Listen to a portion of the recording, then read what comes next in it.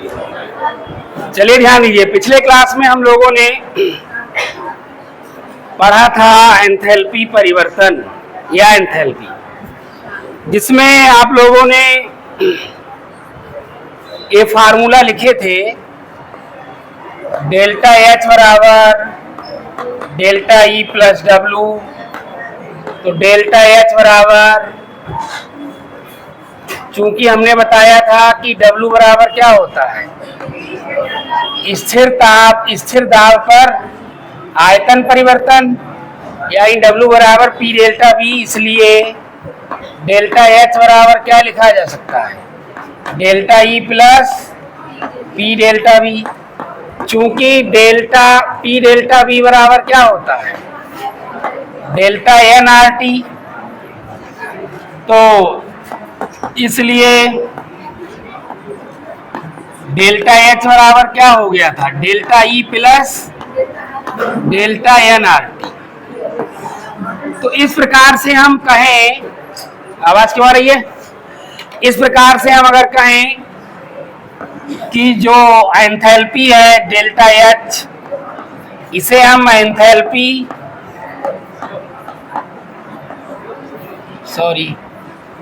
इसे हम एंथैल्पी या एंथैल्पी परिवर्तन कह सकते हैं। सब बता चुके हैं हम।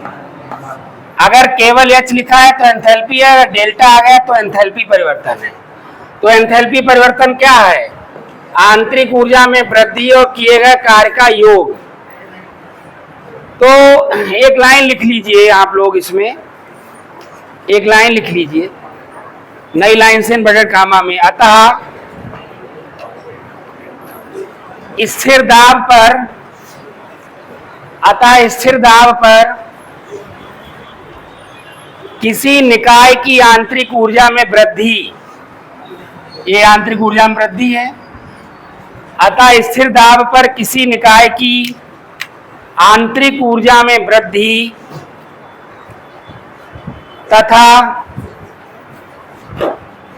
तथा किए गए कार्य के योग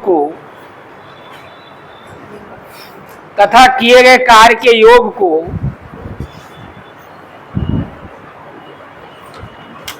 उस निकाय की एंथैल्पी परिवर्तन कहते हैं। उस निकाय की एंथैल्पी परिवर्तन कहते हैं।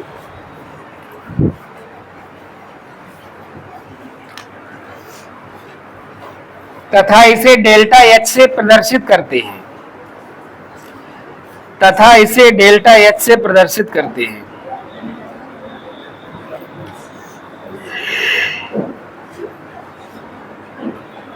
अगला क्वेश्चन लिखो। अब इसी पर आधारित प्रश्न है, हैश का क्वेश्चन लिखो, हैश का स्थिर ऊष्मा संकलन नियम, स्थिर ऊष्मा संकलन नियम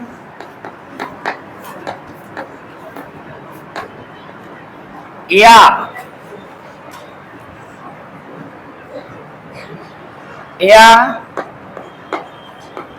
हैश का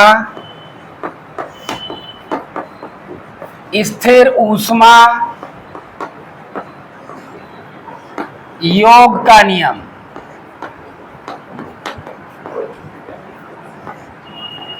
हैश का स्थिर ऊष्मा संकलन नियम या हैश का स्थिर ऊष्मा योग का नियम क्या है, समझाइए, क्या है समझाइए, तथा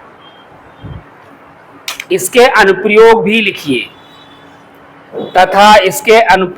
लिखिए, तो देखा जाए, इसके बारे में हम पहले ही बता चुके हैं। कहाँ बताया था, पिछले चैप्टर में शायद बताया था, बॉर्न हैवर चक्र जहां पर पढ़ाया था, तो हैश के नियमानुसार वहां पर आया था। तो हमने आपको बताया था कि कोई अभिक्रिया चाहे आप एक पद में कराओ, एक से अधिक पदों में कराओ, चाहे किसी भी विधि से कराओ, लेकिन उसमें जो एंथैल्पी परिवर्तन का मान होता है, यानी जो अभिक्रिया ऊष्मा होती है, उसका मान सदैव नियत रहता है। ठीक उसी प्रकार से लड्डू को उठा के डायरेक्ट डिब्बे में से उठाकर खा लीजिए, या उसे पहले प्लेट में रखिए फिर खाइए, या लड्डू को एक ही बार में खा लीजिए, या फिर चम्मच से थोड़ा थोड़ा करके खाइए। लेकिन एक लड्डू से आपको जो एनर्जी मिलेगी उतनी ही मिलेगी, उसमें कोई परिवर्तन नहीं होता। ठीक है, तो ठीक उसी प्रकार से चाहे किसी अवक्रिया को एक पद में कराओ, एक से अधिक पदों में कराओ, चाहे किसी भी विधि से कराओ, लेकिन उसकी एंथैल्पी परिवर्तन का मान सदैव नियत रहता है। जैसे अगर मान लीजिए हमें ए है, ए से हमें बी तक जाना है, तो दो तरीके हैं, या तो ए से हम बी पर डायरेक्ट चले जाएं, और मान लो इसमें जो ऊष्मा है उसका मान डेल्टा एच है, ठीक। या दूसरा तरीका क्या है कि हम पहले ए से सी पर जाएं और फिर सी से बी पर जाएं। तो मान लीजिए अगर ए से सी पर जाने की एंथैल्पी डेल्टा H1 है और सी से बी पर जाने की डेल्टा H2 है, तो हैस के नियमानुसार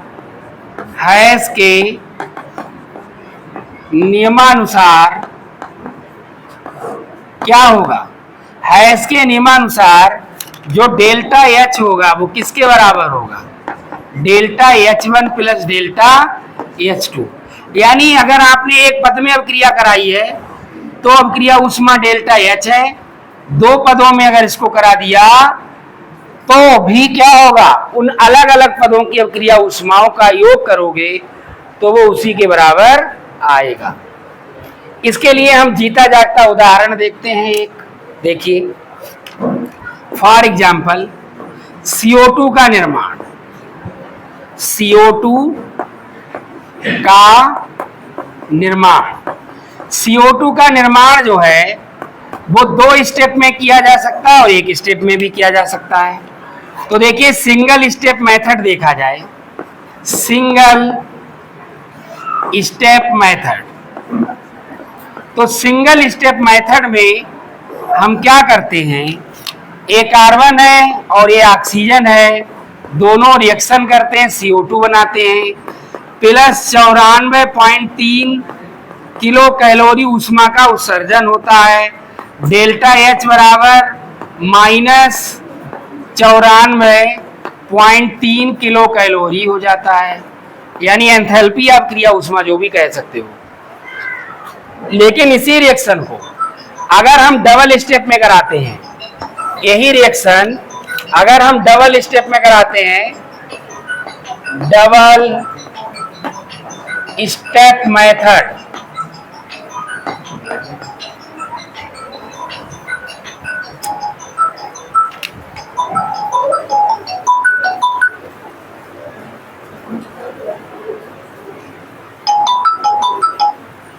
हेलो नमस्ते, फिलहाल तो पढ़ा रहे हैं लेकिन पानी बरस रहा है, अगर बच्चे आए तो पढ़ाएंगे ही, क्योंकि क्लास रिकॉर्ड भी करनी है 3 बजे। अगर आप आ पाओ तो ठीक है, नहीं आ पाओ कोई बात नहीं।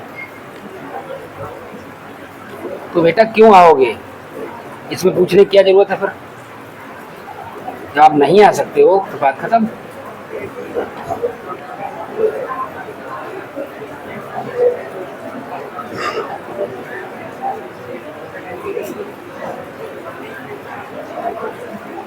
एक बात बताइए, जब आपके यहाँ पानी भरा हुआ है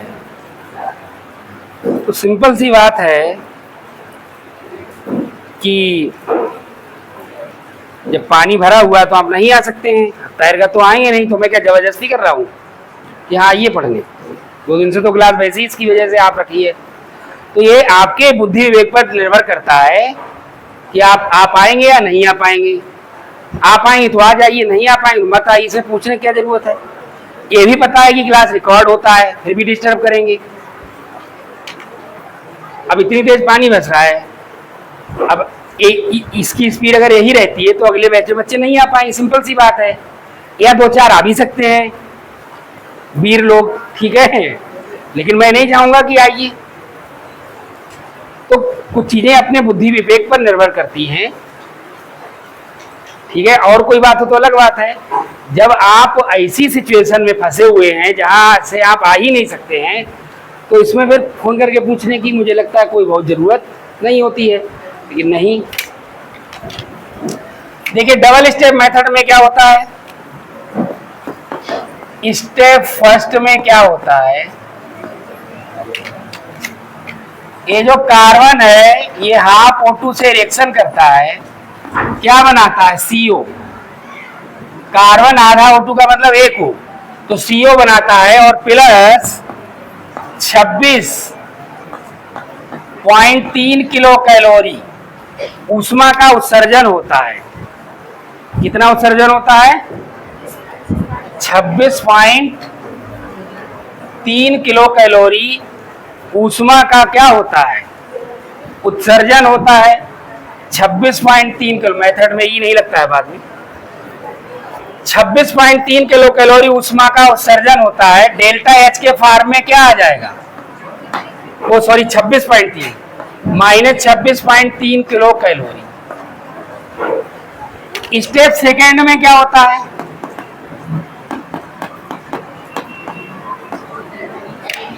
स्टेप सेकेंड में जो CO है ये बचे हुए हाफ O2 से रिएक्शन करेगा। आधा O2 मतलब 1 हो और CO में जुड़ जाएगा तो क्या बन जाएगा, CO2 और प्लस 68 किलो कैलोरी ऊष्मा का उत्सर्जन होगा। डेल्टा H के फॉर्म में माइनस 68 किलो कैलोरी हो जाएगा। अगर आप इसे जोड़ देते हैं, ठीक है, तो आप क्या पाएंगे कि CO से CO कट जाएगा और आपको क्या मिलेगा, C प्लस आधा आधा 1 O2 हो जाएगा। आयो इधर क्या बचा, CO2। इनको जब जोड़ोगे तो 94.3 किलो कैलोरी ऊष्मा उत्पन्न होगी, जो कि डेल्टा H के फॉर्म में माइनस 94.3 किलो कैलोरी होगी। तो आपने यहाँ पर क्या देखा कि हमने अभिक्रिया को एक पद में कराया तब भी अभिक्रिया ऊष्मा उतनी है, एंथैल्पी उतनी ही है, और हमने अभिक्रिया को 2 पदों में कराया तो दोनों पदों में जो अभिक्रिया ऊष्मा है उसको जब सम किया, उसको जब जोड़ा तो भी हमें उतनी ही अभिक्रिया ऊष्मा यानी एंथैल्पी प्राप्त हुई। तो हैस ने यही बताया, चाहे आप किसी अभिक्रिया को एक पद में कराइए, एक से अधिक पदों में कराइए या किसी भी विधि से कराइए, लेकिन जो एंथैल्पी परिवर्तन है, जो उसके लिए अभिक्रिया ऊष्मा है, उसका मान सदैव नियत रहता है। इसे ही हैस का स्थिर ऊष्मा संकलन नियम या हैस का नियम या हैस का स्थिर ऊष्मा योग का नियम कहते हैं। और देखिए जिन स्थानों पर अभी भी पानी भरा हुआ है, आने जाने में प्रॉब्लम है, तो आप लोग मत आइए। जो लोग ऐप से नहीं जुड़े हुए हैं, इसलिए मैंने यहाँ पर अभी कब कितने दिन तक क्लास बंद रखा जाएगा, ठीक है, तो क्लास को तो मैं कंटिन्यू रखूंगा, लेकिन ये सारे लेक्चर अभी अगले 1 सप्ताह तक मैं सारे लेक्चर यूट्यूब पर ही पब्लिक रखूंगा, उसे कोई भी देख सकता है, ठीक है। तो जो लोग ऐप पर नहीं जुड़े हैं उनके यहाँ कोई भी मोबाइल है तो उस पर देख सकते हैं, ठीक है। RK तिवारी केमिस्ट्री यूट्यूब पर सर्च करिए, मेरा चैनल आ जाएगा, उस पर डे वाइज आपको वीडियो मिल जाएंगे। जिस दिन नहीं पढ़ाई होगी उस दिन का नहीं मिलेगा, जैसे कल छुट्टी है तो थोड़ी मिल जाएगा। तो अगले 1 सप्ताह तक मैं सारे वीडियो जितने भी क्लास के हैं वो सब पब्लिक रखूंगा, जिससे भी किसी बच्चे को जो नहीं भी जुड़ा हुआ है उससे प्रॉब्लम ना हो। तो जो बच्चे नहीं आ सकते हैं, ना आने की स्थिति में, वो ना ही आए, मैं एकदम साफ साफ मना कर रहा हूँ, आप मत आइए। मैं क्लास पढ़ा रहा हूँ अलग बात है, लेकिन आप मत पढ़ने आइए। अगर आपको प्रॉब्लम है तो आप यूट्यूब पर मैं पब्लिक कर दूंगा सारे वीडियो जो इस पीरियड में पढ़ाए जा रहे हैं। अगले 1 सप्ताह तक नेक्स्ट वीक के सारे वीडियो पब्लिक रहेंगे, ठीक है। तो उनको आप अपने यूट्यूब से देख करके कंप्लीट कर लीजिएगा, ओके। तो जान जोखिम में थोड़ी डालनी है, तो कुछ कॉमन सेंस होता है। ये थोड़ी है कि तिवारी सर ने बोला है कि हाँ भाई क्लास लगाएंगे तो तैर करके आना पड़ रहा है तो आए, ये सब चीजें नहीं करनी है। अपने आप को पहला कार्य सुरक्षित रखना, बाद में पढ़ाई हो जाएगी। कुछ लोगों ने शायद छुट्टी नहीं की होगी, लेकिन मैंने अभी 2 दिन आप लोगों को छुट्टी रखी है। आज जब पानी की सूचना मिली कि पानी जो है कम हो गया है, बरेली रोड पर भी कम हो गया, पीलीभीत रोड पर भी पानी कम हो गया है, तब मैंने आज क्लास पढ़ाई है। लेकिन अभी भी कुछ ग्रामीण इलाके ऐसे हैं, गांव में पानी भरा हुआ है, तो जो चक्रोट हैं, कच्चे रास्ते हैं, उनमें भी पानी है, तो ऐसे बच्चे बिल्कुल एकदम क्लास में ना आए, ठीक है, जब तक स्थिति एकदम सामान्य ना हो जाए। समझ में बात आ रही है? तो किसी प्रकार की आपको, और अगर मान लीजिए ऐसा कोई अगर बच्चा है जिसके पास यूट्यूब जैसी भी सुविधा नहीं है, पहली बार ऐसा कोई नहीं है, हर किसी घर में मोबाइल है, यूट्यूब तो सबके पास है, ऐप से नहीं जुड़े हो कोई बात नहीं, लेकिन यूट्यूब तो सबके पास है। तो ऐसा कोई बच्चा नहीं है जिसके यहाँ ये साधन ना हो। लेकिन फिर भी अगर कोई बच्चा ऐसा है जिसको दूर दूर तक कहीं यूट्यूब नहीं मिलेगा, ठीक है, अड़ोस पड़ोस में ना तो चाची चाचा ताऊ ताई किसी के पास मोबाइल नहीं है ऐसा, तो वो हमें बता देगा, तो हम फिर से उसे पढ़ा देंगे। क्यों भाई? भाई देखो, तुम्हारे पास मोबाइल नहीं है तो तुम्हारे पापा के पास होगा, उनके पास नहीं तो मम्मी के पास होगा, मम्मी के पास नहीं चाचा के पास होगा, चाचा के पास नहीं चाची के पास, किसी ना किसी के पास तो होगा ना। और यूट्यूब सब में है, तो जब मैंने वीडियो पब्लिक में करने को बोल रहा हूँ, कर भी दी है मैंने, पिछला क्लास मैंने पब्लिक कर रखा है उस पर, इस वजह से मैंने अभी ऐप पर उसको अपलोड नहीं किया वीडियो को। तो आप लोगों को किसी प्रकार की परेशानी झेलने की, असुविधा झेलने की जरूरत नहीं है। जो क्लास आप यहाँ आकर पढ़ोगे सेम वही क्लास यूट्यूब पर पब्लिक किया जा रहा है, तो आपको मुझे लगता है कोई प्रॉब्लम नहीं होनी चाहिए, ठीक है। लिखिए, तो जान जोखिम डालकर कोई ना आए। जिन इलाकों में, जिन ग्रामीण क्षेत्रों में अभी भी बाढ़ की समस्या है, तो वो लोग एकदम ना आए। लिखिए,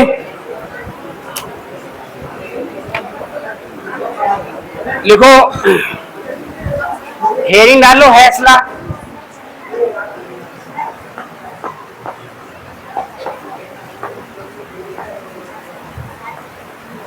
हैसला हेरिंग डाल लीजिए और लिखिए,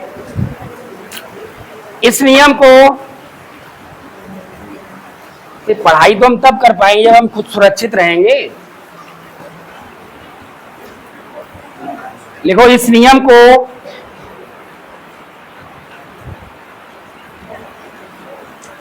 रूसी रसायनज्ञ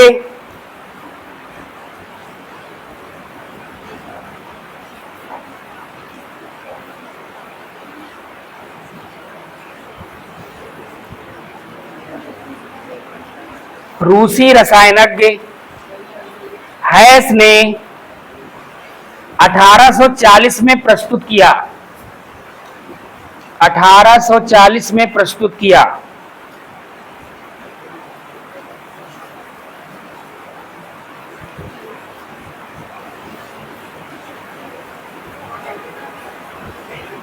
इस नियमानुसार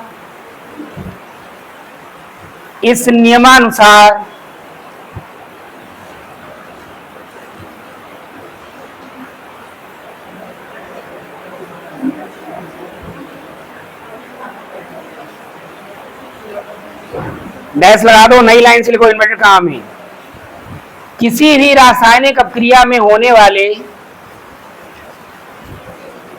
एकदम आज तो प्रलयकारी पानी बरस रहा है, देखिए, हाँ एकदम प्रलयकारी पानी लग रहा है।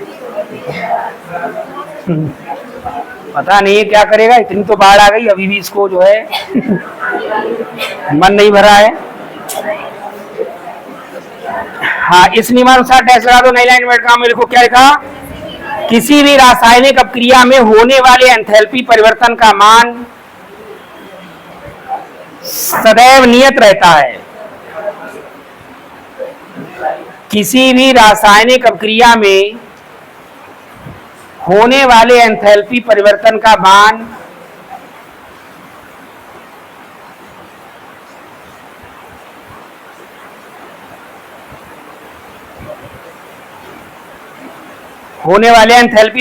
का मान सदैव नियत रहता है।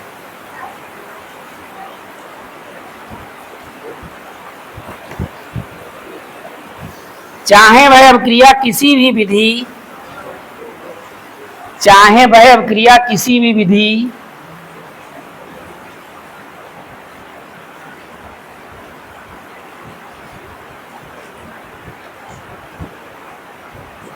या कितने भी पदों में कराई जाए, चाहे वह अपक्रिया किसी भी विधि या कितने भी पदों में कराई जाए।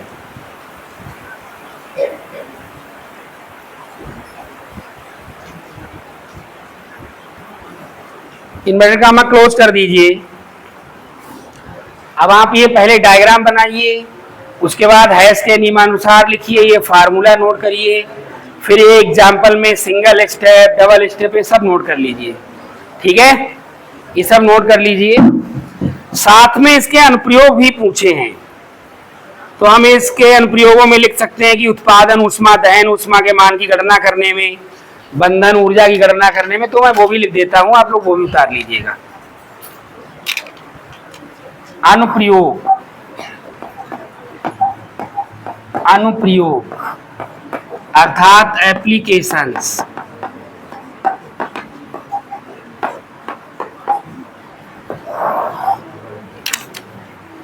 नंबर 1,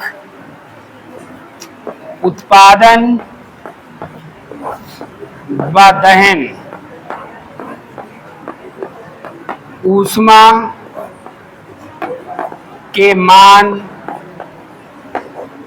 की गणना करने में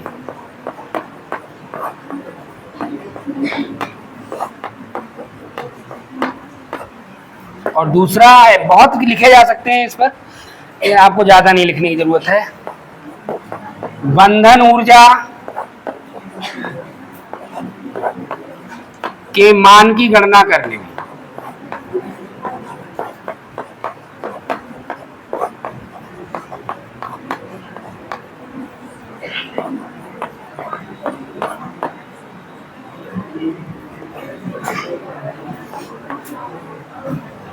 ठीक है, अनुप्रयोग भी लिख लीजिएगा, उतार लीजिए, फिर अगले क्वेश्चन पर चर्चा की जाएगी।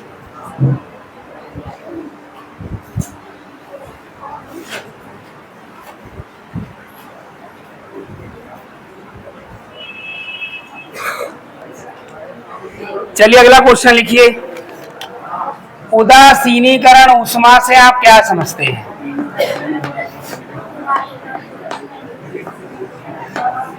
उदासीनीकरण ऊष्मा से आप क्या समझते हैं? Heat of neutralisation.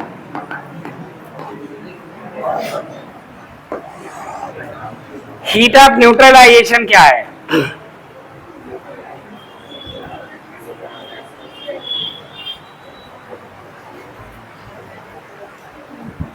एक्चुअली है क्या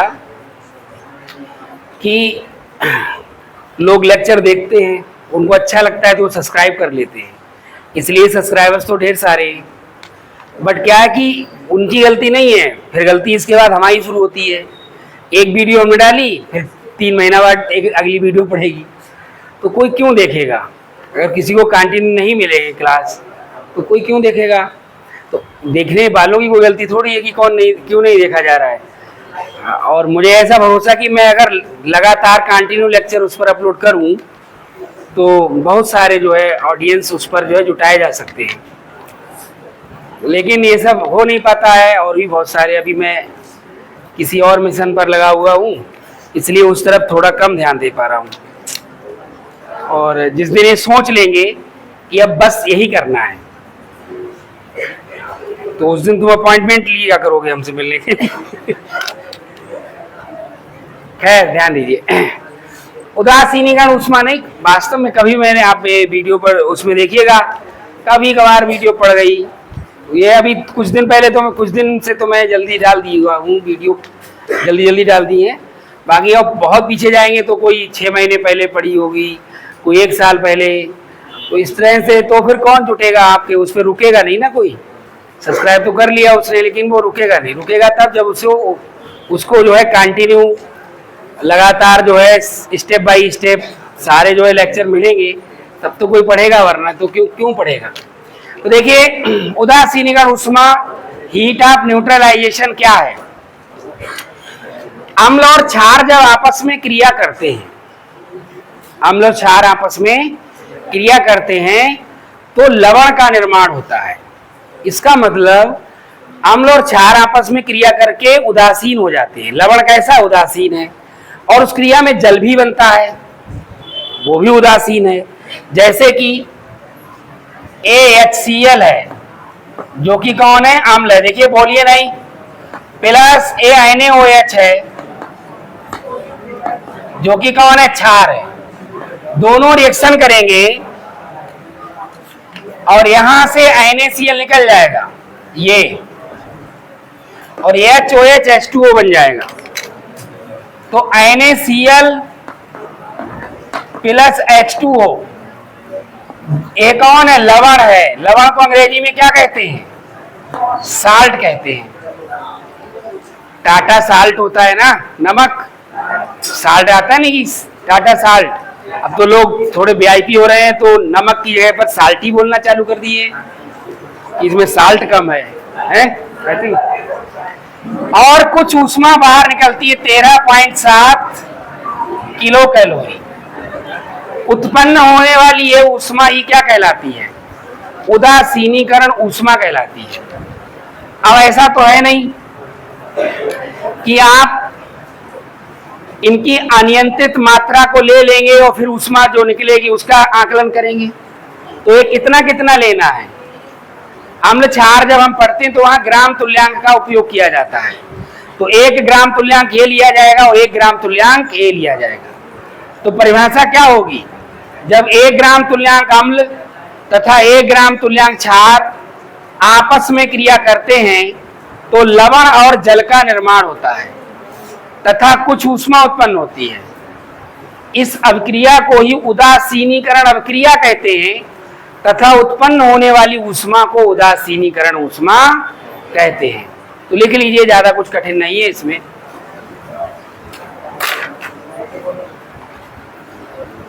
देखो, जब 1 ग्राम तुल्यांक अम्ल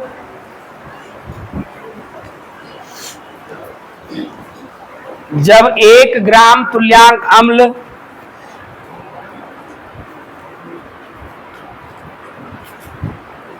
तथा 1 ग्राम तुल्यांक क्षार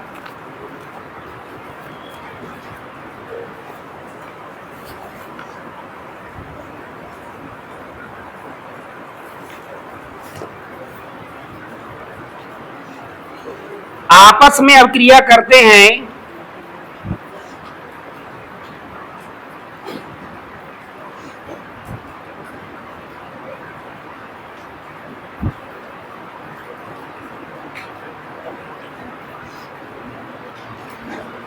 तो लवण व जल का निर्माण होता है।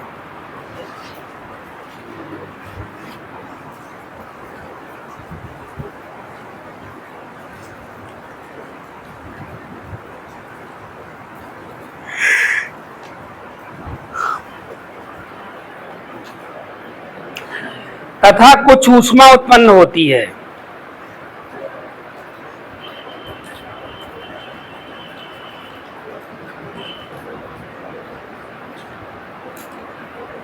इस अभिक्रिया को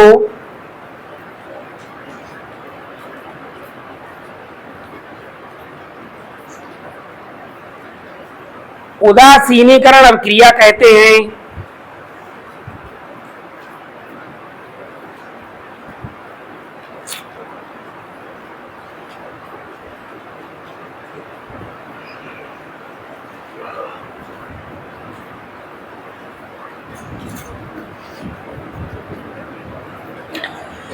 तथा उत्पन्न ऊष्मा को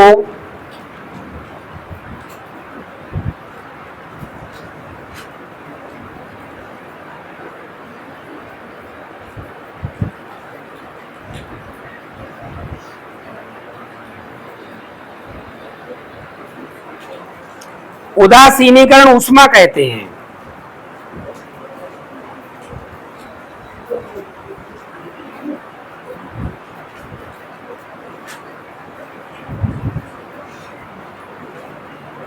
उदासीनीकरण ऊष्मा अंडरलाइन कर दीजिए, एग्जाम्पल में रिएक्शन नोट कर लीजिए और अगला प्रश्न लिखिए।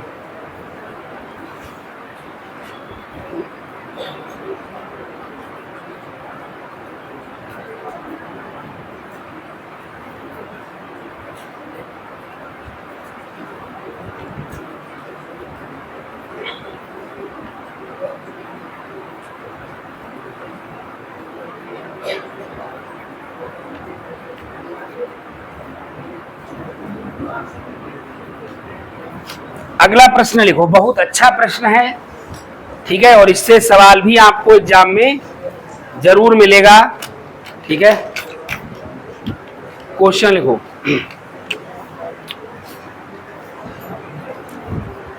स्वतः प्रवर्तित प्रक्रम, स्वतः प्रवर्तित प्रक्रम तथा स्वतः अप्रवर्तित प्रक्रम।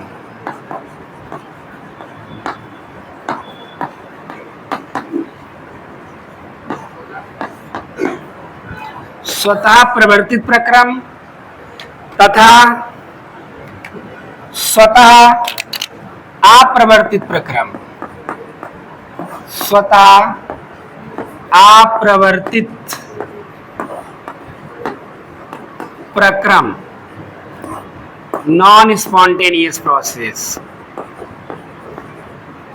स्वतः प्रवर्तित प्रक्रम तथा स्वतः अप्रवर्तित प्रक्रम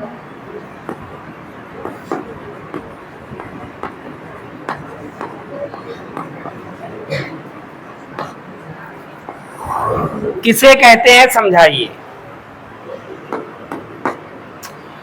स्वतः प्रवर्तित प्रक्रम तथा स्वतः अप्रवर्तित प्रक्रम किसे कहते हैं, समझाइए। तो ध्यान दीजिए, इस दुनिया में जो प्रक्रम चल रहे हैं वो दो तरीके से चल रहे हैं। ठीक उसी प्रकार से जैसे आप में जो बच्चे पढ़ रहे हैं आजकल, वो दो तरीके के बच्चे हैं। एक तो ऐसे हैं जिनसे किसी को कहने की जरूरत नहीं है, आराम से आएंगे, ध्यान से पढ़ेंगे, ठीक है, यानी उनको पापा कहें, मम्मी कहें, टीचर कहने की जरूरत नहीं है। अपने आप वो इस जिम्मेदारी को समझते हैं कि चूंकि हमारा जीवन विद्यार्थी जीवन है तो विद्यार्थी जीवन में हमें पढ़ना चाहिए, यही मेरा परम कर्तव्य है इस समय, और वो अपने कर्तव्य का निर्वहन कर रहे हैं, उनको कहने की जरूरत नहीं है। हालांकि उनमें से कभी कभी कुछ बच्चे डिमोटिवेट हो जाते हैं, तो उनको थोड़ा सा कभी कभी एनर्जी देने की जरूरत पड़ती है, ठीक है ना, कि भाई तुम ध्यान नहीं दे रहे हो, लक्ष्मी नारायण तुम थोड़ा और ध्यान दो, आप इस समय थोड़ा कम ध्यान दे रहे हो। तो लक्ष्मी नारायण के लिए इतनी बात काफी है, अरे सर ने क्लास में बोल दिया तो आज से हम बहुत ध्यान देंगे, ठीक है, इतना ही कहना है इनके लिए। लेकिन कुछ ढीठ मक्कार, ठीक है, क्या क्या कहें, अच्छा भी नहीं लग रहा कहना, ठीक है। ऐसे बच्चे हैं जो ना तो खुद पढ़ते हैं, ना टीचर के कहने से पढ़ते हैं, ना माता पिता के समझाने से कोई फर्क पड़ता है, कोई सामाजिक व्यक्ति पढ़ा लिखा उनको कुछ बता रहा है, समझा रहा है, उसका भी कोई असर नहीं, बोले देखो शुरू हो गए भाषण दे रहे हैं। कई बार मैं ही कुछ समझाने लगता हूं तो वहां पे से कुछ कोई सोचने लगता होगा ये बात। तो लेकिन ऐसा नहीं कि पढ़ते नहीं है, पता कब पढ़ते हैं, जब पापा डंडा लेके बैठ जाते हैं, अभी मुझे ये चैप्टर चाहिए, या टीचर एकदम स्ट्रिक्ट है, बच्चे को ये समझ में आ गया कि अगर हमने शैतानी की क्लास में ध्यान नहीं दिया तो हमें क्लास से बाहर कर दिया जाएगा, या क्लास में हमारी बेइज्जती की जाएगी अच्छी वाली, ठीक है ना, और विशेष तौर से तिवारी सर के क्लास में। क्यों? तो दो तरह के बच्चे हैं, एक तो अपने आप पढ़ते हैं, उन्हें किसी कोई मतलब नहीं, हालांकि इनमें कुछ ऐसे हैं जिनको थोड़ा कभी कभी मोटिवेशन चाहिए होता है, लेकिन कुछ बच्चे ऐसे हैं वो तब तक ही पढ़ रहे हैं जब तक उनके ऊपर बाहरी दबाव है, मम्मी बैठी है, पापा बैठे हैं, टीचर की क्लास में टीचर की पूरी नजर है कि ये बच्चा पढ़ रहा है कि नहीं पढ़ रहा है। जैसे ही टीचर की नजर हटी, माता पिता इधर उधर हुए, उसकी किताब फिर से बंद, अन्य शैतानियां चालू, बातें शुरू। तो ठीक इसी प्रकार से दो तरह के प्रक्रम इस दुनिया में हो रहे हैं, दो तरह के प्रोसेस। कुछ ऐसे प्रोसेस हैं जिन्हें शुरू करने की कोई जरूरत नहीं, अपने आप ही होते हैं। जैसे नमक का जल में घुलना, चीनी का जल में घुलना। अब तुम कहो नहीं तो सर हमें चम्मच से उसको हिलाना पड़ता है। तो भैया ये तुम्हारे अधैर्य की वजह से है, तुम्हारे अंदर धैर्य की कमी है, या फिर ये तुम्हारी अपनी जल्दबाजी की व्यवस्था है कि भैया जल्दी से चीनी घुल जाए। लेकिन ऐसा नहीं है कि आप चीनी या नमक को जल में डाल दें और वो घुले ही ना। एक टाइम लगेगा, एक टाइम के बाद अपने आप चीनी घुल जाएगी। आपको कुछ मत करिए, कुछ भी मत करिए। एक गिलास पानी लीजिए, चीनी डाल के रख दीजिए, अपने आप घुल जाएगी। अब तुम कहो नहीं सर चम्मच से हिलाना पड़ रहा है उसको, तो ये आपकी अपनी समस्या है कि आपको जल्दी से उसको घोलना है, तो वो बात नहीं की जा रही है। दूसरा, ऊष्मा का उच्च ताप की वस्तु से निम्न ताप की वस्तु में जाना। जैसे एयर रॉड गर्म है, ये ठंडी है, दोनों को मिला देंगे तो ऑटोमेटिक ऐसा होगा कि गर्म से ठंडी की ओर ऊष्मा का प्रवाह शुरू हो जाएगा। विसरण, विसरण जानते हो? जब दो या दो से अधिक गैसें आपस में मिलकर समांगी मिश्रण बना लेती हैं तो इसे विसरण कहते हैं। जैसे सेंट की शीशी रख दी, उसमें गैसीय पदार्थ हैं तो उड़ रहे हैं। अब तुम्हें सेंट लगाइए तो क्या कहना पड़ता है पार्टी में जाने के बाद कि ये महको कहना पड़ता है क्या? वो तो अपने आप उसका विसरण हो रहा है। आपने सेंट लगा ली, उसका विसरण अपने आप वातावरण में हो रहा है। तो विसरण है, विसरण, परासरण। परासरण जानते हो? अगले साल पहला ही चैप्टर है 12th में विलयन, वहां पढ़ोगे विसरण परासरण। परासरण क्या है? जैसे आपने किशमिश को पानी में डाल दिया तो किशमिश थोड़ी देर बाद फूल जाएगी, आपको बार बार कुछ कहना पड़ेगा, उससे कुछ करना पड़ेगा। कुछ करना है? नहीं करना है, किशमिश फूल जाएगी। इसे परासरण क्रिया कहते हैं। क्या कहते हैं? परासरण। तो विसरण है, परासरण है, जल का उच्च स्तर से निम्न स्तर की ओर बहाव। आप ऊपर की तरफ जल डालेंगे, एक लोटा पानी डाल दीजिए फर्श पर, तो जिस तरफ ढलान होगा पानी उधर अपने आप जाने लगेगा। या पानी एक लोटा डाल देते हो, उसका कहते हो अरे भैया जाओ आगे, ऐसा तो नहीं कहते हो ना। या बर्फ का पिघलना, आपने बर्फ रख दिया, उसी का कहना पड़ेगा बर्फ पिघलो, ये तो नहीं कहना पड़ेगा ना, ये कहना पड़ता है, अपने आप पिघलेगा। तो ये कुछ ऐसे प्रोसेस हैं, नमक चीनी का जल में घुलना, विसरण, परासरण, ऊष्मा का उच्च ताप की वस्तु से निम्न ताप की वस्तु में जाना, ठीक है, जल का उच्च स्तर से निम्न स्तर की ओर बहाव, ठीक है, बर्फ का पिघलना, गैसों का विसरण, ठीक है, अम्ल क्षार की उदासीनीकरण क्रिया जो कि आपके सामने लिखी हुई है, ये भी स्पॉन्टेनियस प्रोसेस है, अपने आप होता है। अम्ल क्षार को मिला दीजिए, कोई टेम्परेचर नहीं देना, कुछ नहीं करना है आपको, सिर्फ मिला देना है। वो दोनों क्रिया करेंगे ही करेंगे, कोई रोक नहीं सकता, अपने आप क्रिया करेंगे और लवण बना ही लेंगे। तो ये जो रिएक्शन लिखी हुई है भी अपने आप होती है, कराने की जरूरत नहीं होती है। तो वे प्रक्रम जो स्वतः हो जाते हैं बिना किसी बाहरी सहायता के, वे प्रक्रम जो बिना किसी बाहरी सहायता के स्वयं ही संपन्न हो जाते हैं, ऐसे प्रक्रमों को हम क्या कहते हैं?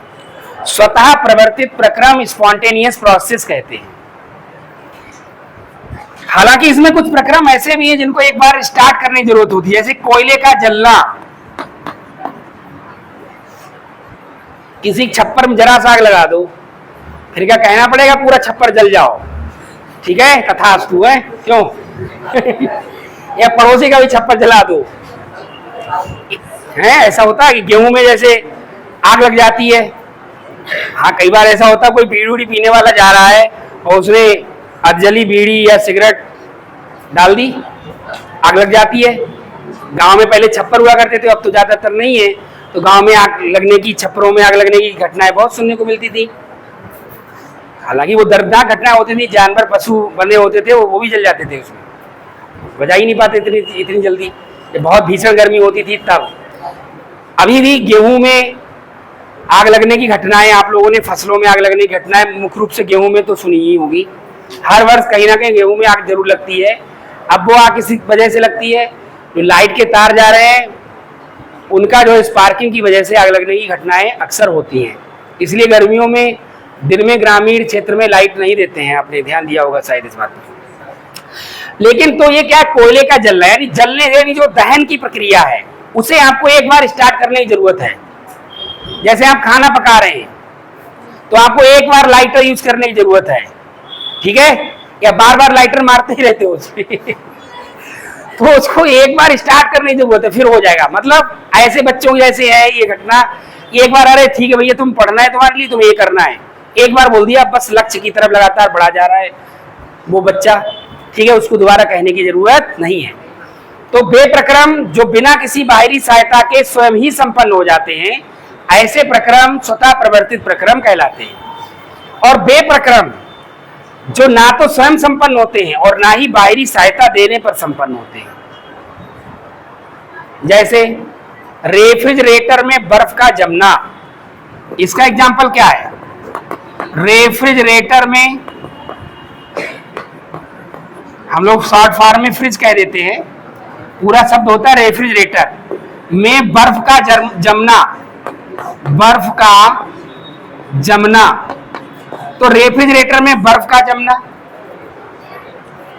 कब तक होगा ये प्रोसेस? जब तक स्विच ऑन है, जब तक पापा डंडा लिए बैठे हैं, ठीक है, तब तक पढ़ेगा ऐसा बच्चा, ठीक है, स्विच ऑन है जब तक।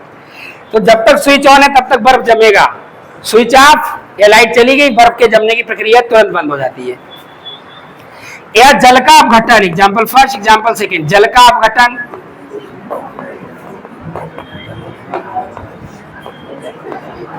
जल का अपघटन तब तक ही होगा जब तक उसमें विद्युत धारा प्रवाहित की जाएगी। अपघटन की रिएक्शन क्या है, इधर देखिए, AH2O होता है लिक्विड, जब हम इसमें क्या प्रवाहित करते हैं, विद्युत धारा, तो ये अपघटित हो जाता है काहे में, H2 गैस और प्लस हाफ O2 गैस में। तो जल के अपघटन होने की प्रक्रिया तब तक होगी जब तक विद्युत धारा बह रही है, आप उसके अंदर जल के अंदर विद्युत धारा भेज रहे हो। स्विच ऑफ कर दीजिए, तुरंत प्रोसेस बंद हो जाएगा, तुरंत, जस्ट तुरंत,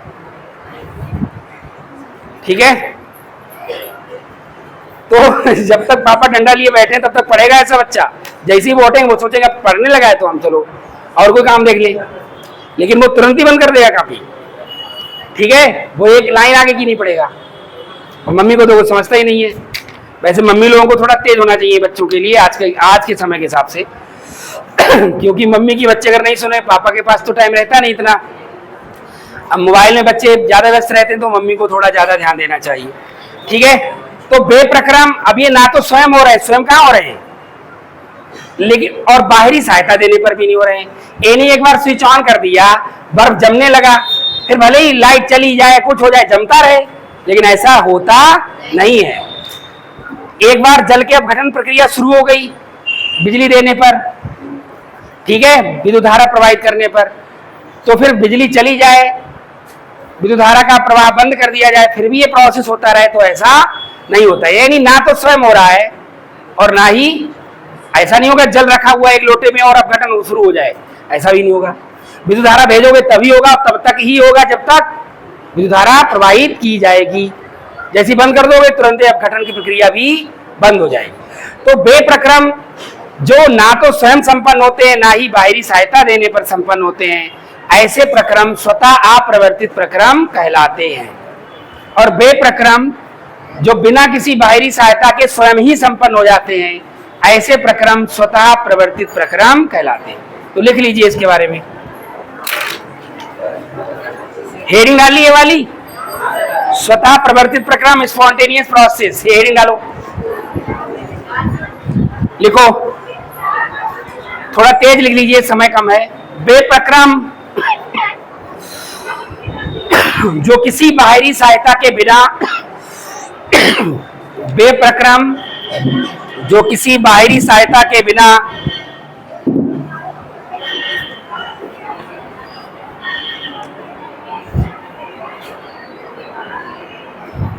स्वयं ही संपन्न हो जाते हैं,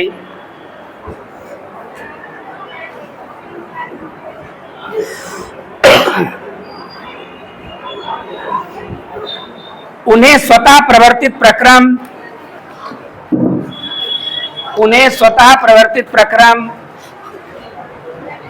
या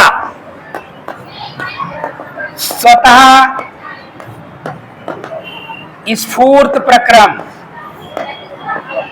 स्वतः प्रवर्तित प्रक्रम या स्वतः स्फूर्त प्रक्रम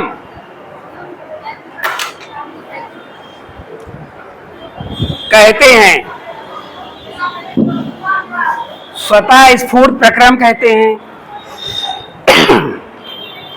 एग्जाम्पल लिखो नंबर 1, शर्करा तथा नमक का जल में घुलना। एग्जाम्पल लिखो नंबर 1, शर्करा तथा नमक का जल में घुलना।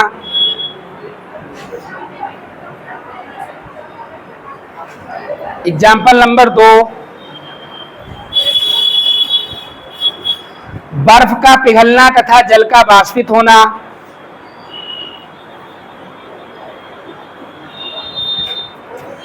एक कटोरी पानी रख दीजिए, कुछ दिन बाद अपने आप नहीं रह जाएगा उसमें पानी, आपने कुछ किया तो जल के बाष्पीकरण की क्रिया स्वतः ही चलती रहती है, उसमें कुछ आपको बाहरी सहायता देने की जरूरत नहीं होती है। तो बर्फ का पिघलना तथा जल का वाष्पित होना, लिख लिया। नंबर 3, गैसों का विसरण। नंबर 4, परासरण।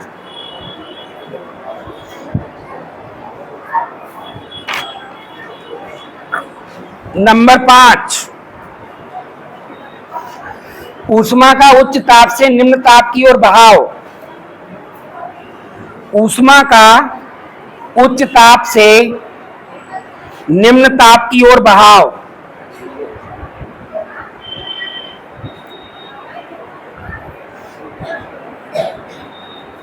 नंबर 7,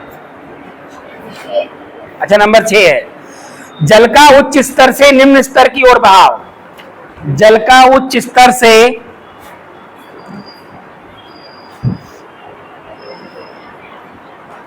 निम्न स्तर की ओर बहाव।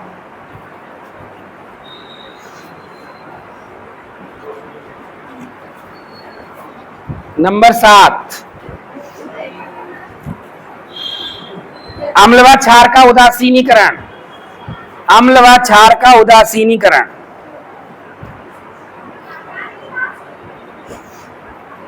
रिएक्शन नोट कर लो, ये HCl NaOH वाली, तेजी से नोट करो, अभी बैठे रहना, लिख लीजिए, जरा सा है।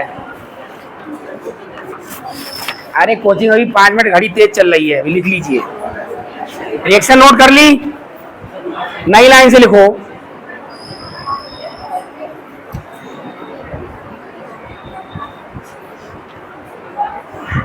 लिखो, यद्यपि, रिएक्शन नोट कर ली HCl NaOH वाली, HCl NaOH वाली जिसमें NaCl बन रहा है नमक, वो नोट करनी थी। नई लाइन को, यद्यपि स्वतः प्रवर्तित प्रक्रम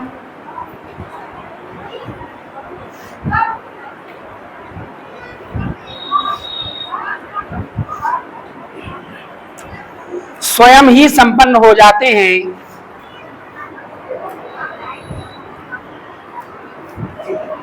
लेकिन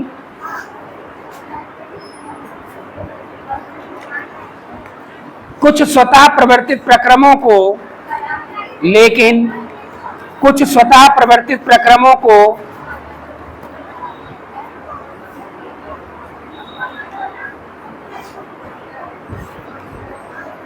प्रारंभ करने की आवश्यकता होती है।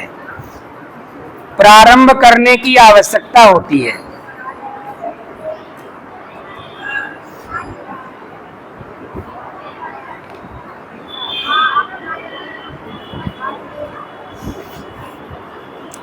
एग्जाम्पल में हेडिंग डालो, कोयले का जलना। एग्जाम्पल में हेडिंग डालो, कोयले का जलना।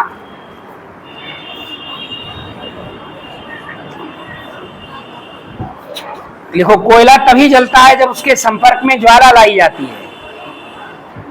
कोयला तभी जलता है जब उसके संपर्क में ज्वाला लाई जाती है।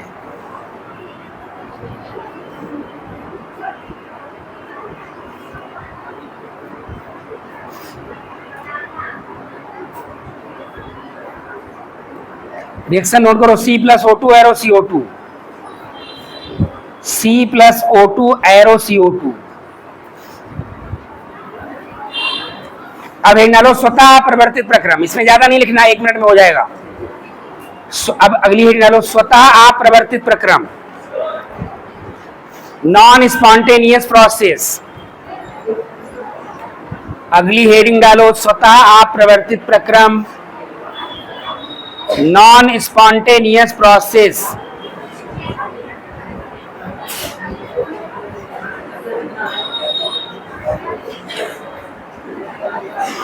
लिखो बेप्रक्रम,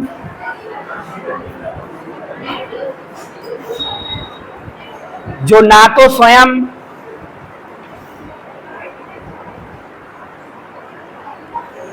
और ना ही प्रारंभ किए जाने पर संपन्न होते हैं और ना ही प्रारंभ किए जाने पर संपन्न होते हैं,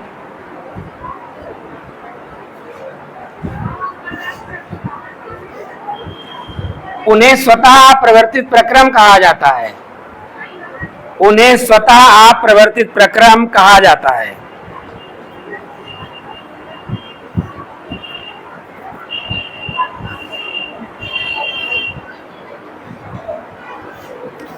एग्जाम्पल नंबर 1 हेडिंग डालो, रेफ्रिजरेटर में बर्फ का जमना। दो दो लाइनें लिखनी है। रेफ्रिजरेटर में बर्फ का जमना।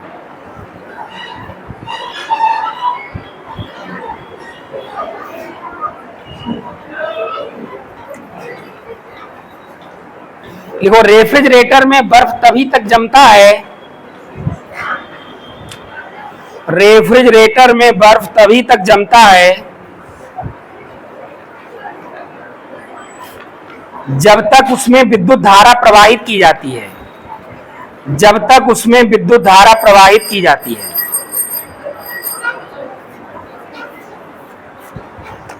एग्जाम्पल नंबर 2 जल अपघटन। अरे लिख लो, एग्जाम्पल नंबर 2 जल अपघटन।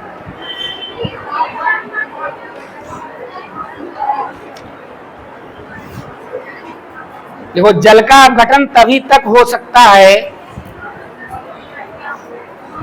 जल का अपघटन तभी तक हो सकता है